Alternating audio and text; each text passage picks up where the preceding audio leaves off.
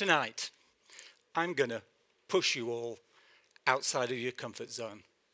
And I'm going to surely ruffle a few feathers talking about what you might perceive to be reality. I'm also here to open your minds up to a level of connectivity between ourselves and the world around us that you probably haven't even considered. Let's redefine our understanding of human beings as separate individuals, and instead, let's talk about us as an intrinsic indigenous element of the universe as a whole. I've got two key ideas to propose to you all tonight.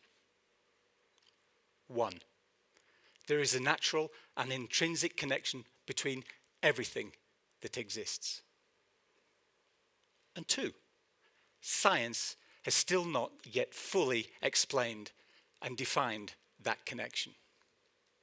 The connection goes far beyond just social and human interaction. It's about distances, timescales, and dimensions we can't even comprehend as yet. I believe this level of connection surpasses what we currently perceive as physical reality and touches the furthest reaches of the universe. I'd like to tell you a short story so you can get an idea of the lens through which I see reality. The story starts when I was about 6 years old. On occasions, we'd go see my father's friends who lived and worked in a farmhouse high up in the Yorkshire Dales in England. This 15th century farmhouse stood alone on top of a hill, surrounded by steep fields and woodland, miles and miles from anywhere. As usual, we're in the back kitchen, sat around the wood stove where they cooked the food and it heated the farmhouse. And my parents were chatting and laughing with their friends. At some point in the evening, I got up and said, I need to go for a pee. So I left the kitchen and made my way upstairs to where the toilet was. After coming out of the toilet, a feeling persuaded me not to take the same way back downstairs.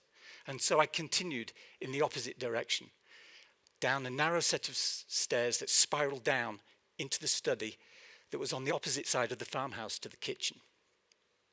And on the way down these stairs, I met a lady coming up the stairs.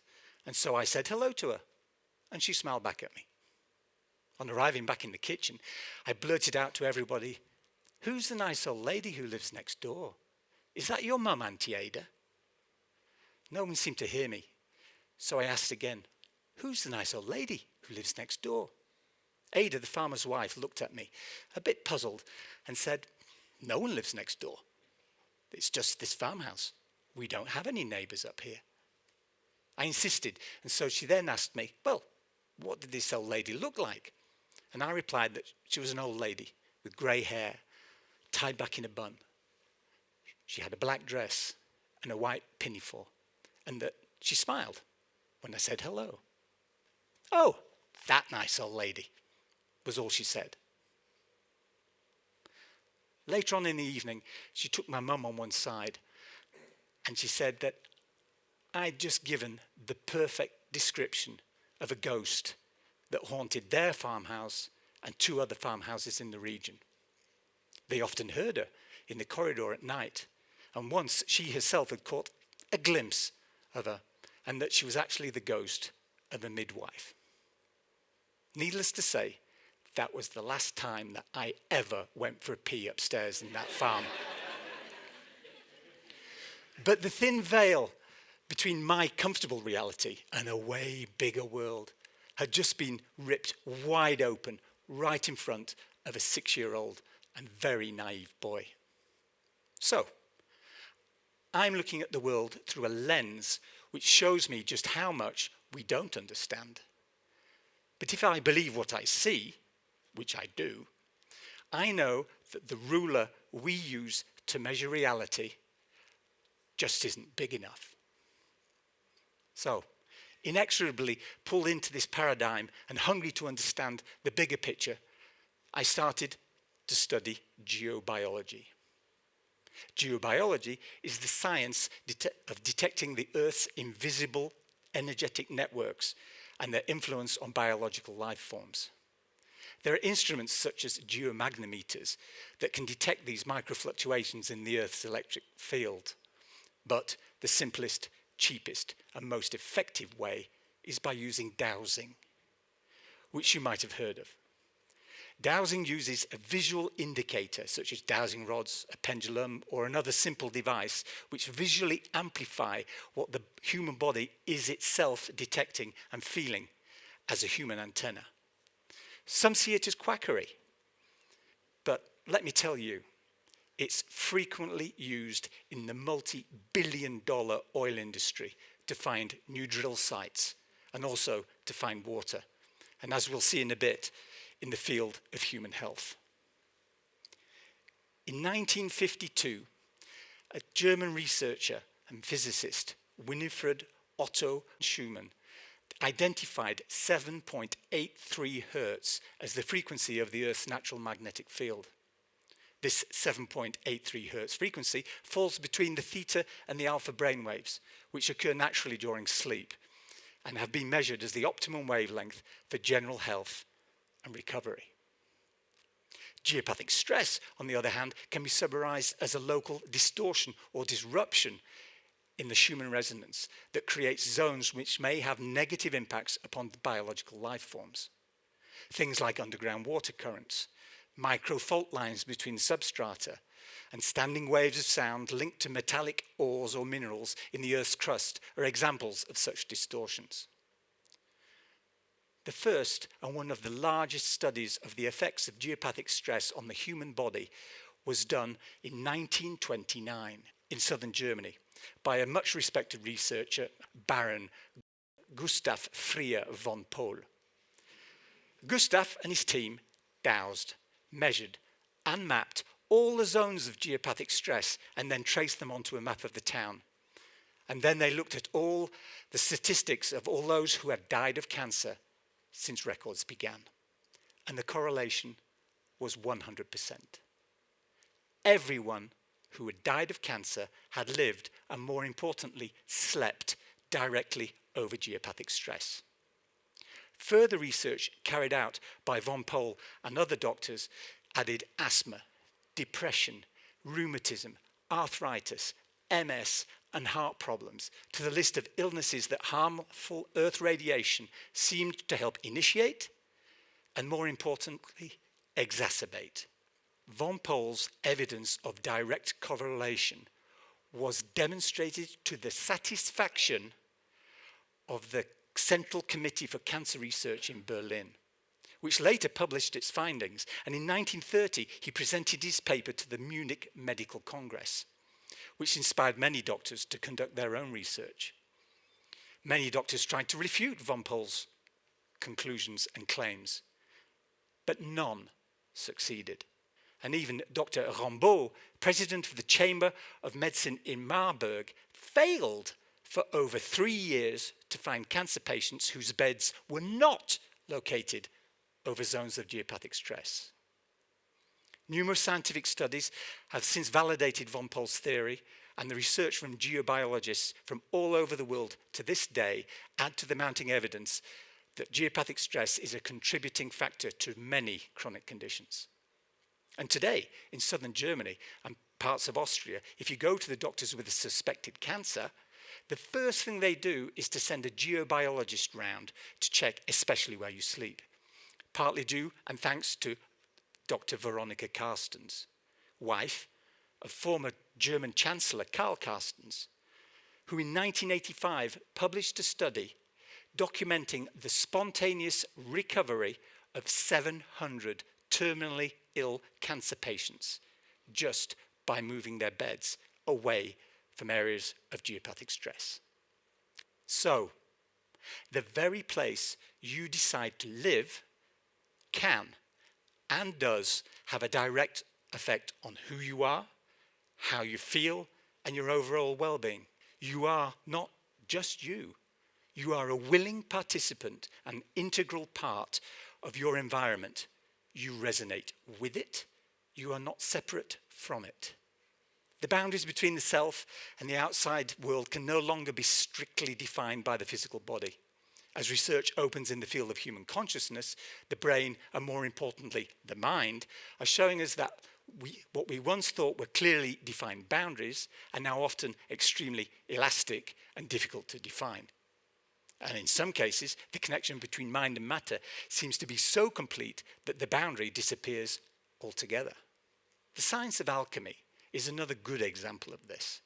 Most think that it's all about transforming base metals into gold or instigating personal transformation through change on a physical or psychological level. These days, we think of it as the profound understanding of the relationship between consciousness and matter, and the acceptance and understanding that it's a two-way street. As the alchemist works upon matter, at the very same instant that matter is working upon the alchemist. There is no boundary. There is no separation. There's a famous alchemical text from around the year 800 called the Emerald Tablet of Hermes that in its understanding states, as above, so below, as within, so without, which refers to the alchemical axiom of the microcosm, you and me as conscious spiritual beings, and the macrocosm, meaning the exterior world, the universe, and everything beyond. It's saying that within each of us is a mirror image of the whole universe, a reflection of the whole in each and every part, and thus to act upon one directly affects the other. And existing at the very heart of alchemical philosophy is the exchange between the microcosm and the macrocosm. In essence, it's all about connecting the philosophical nature of man with the physical universe. So, turning lead into gold at atmospheric pressure and low temperature is maybe the stuff of legend, but we can accept that there is a real connection between our mental activity and the quality of outcomes we cause in the physical world. Energy flows where intention goes. Once I was well and truly down the proverbial rabbit hole and wanted to start joining the dots even more. So I was soon studying bioenergetic medicine.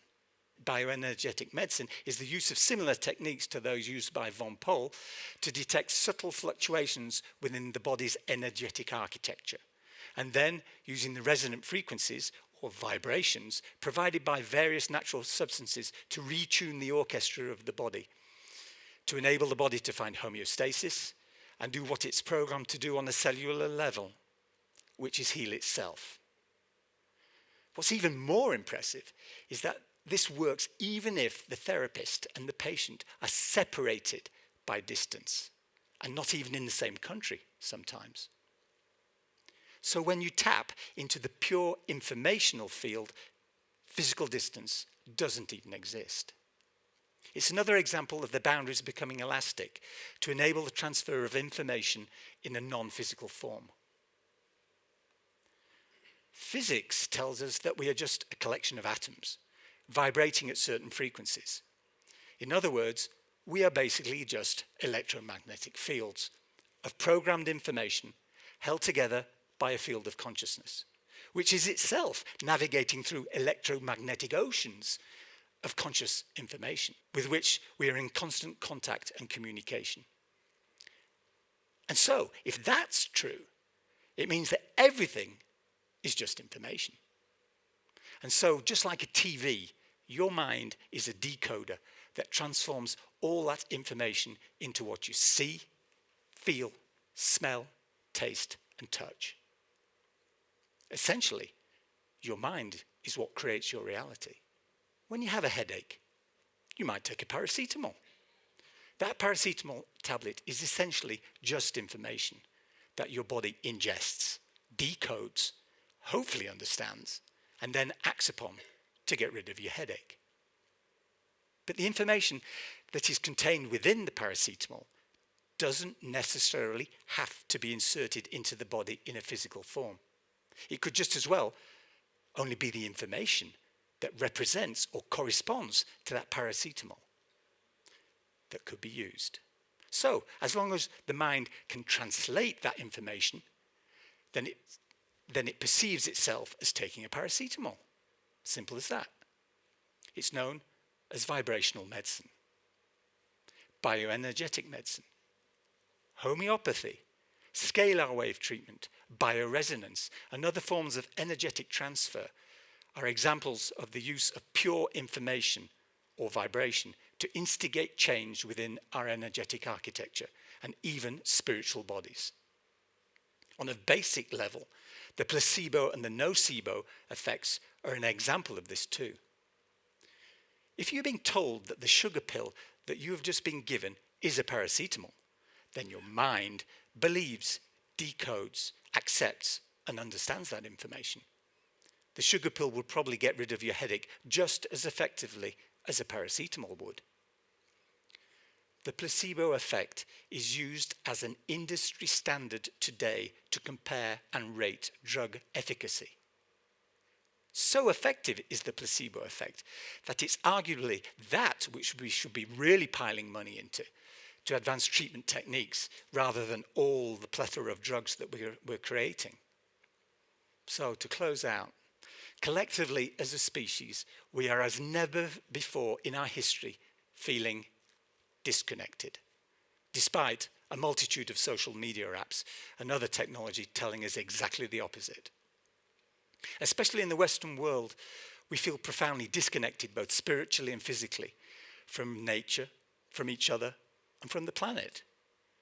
We are desperately looking to reconnect both on an interior individual level and an exterior collective level.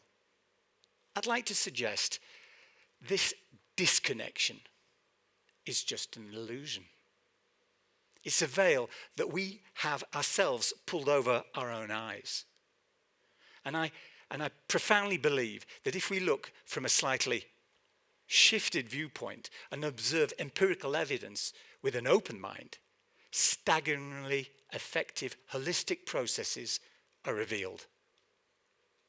I've talked about some which use the idea of the mind as the creator of our reality, and there are many more which could help us measure, communicate, and navigate across the imaginary boundary between ourselves as minds, the perceived physical world, and literally everything else. Thank you very much.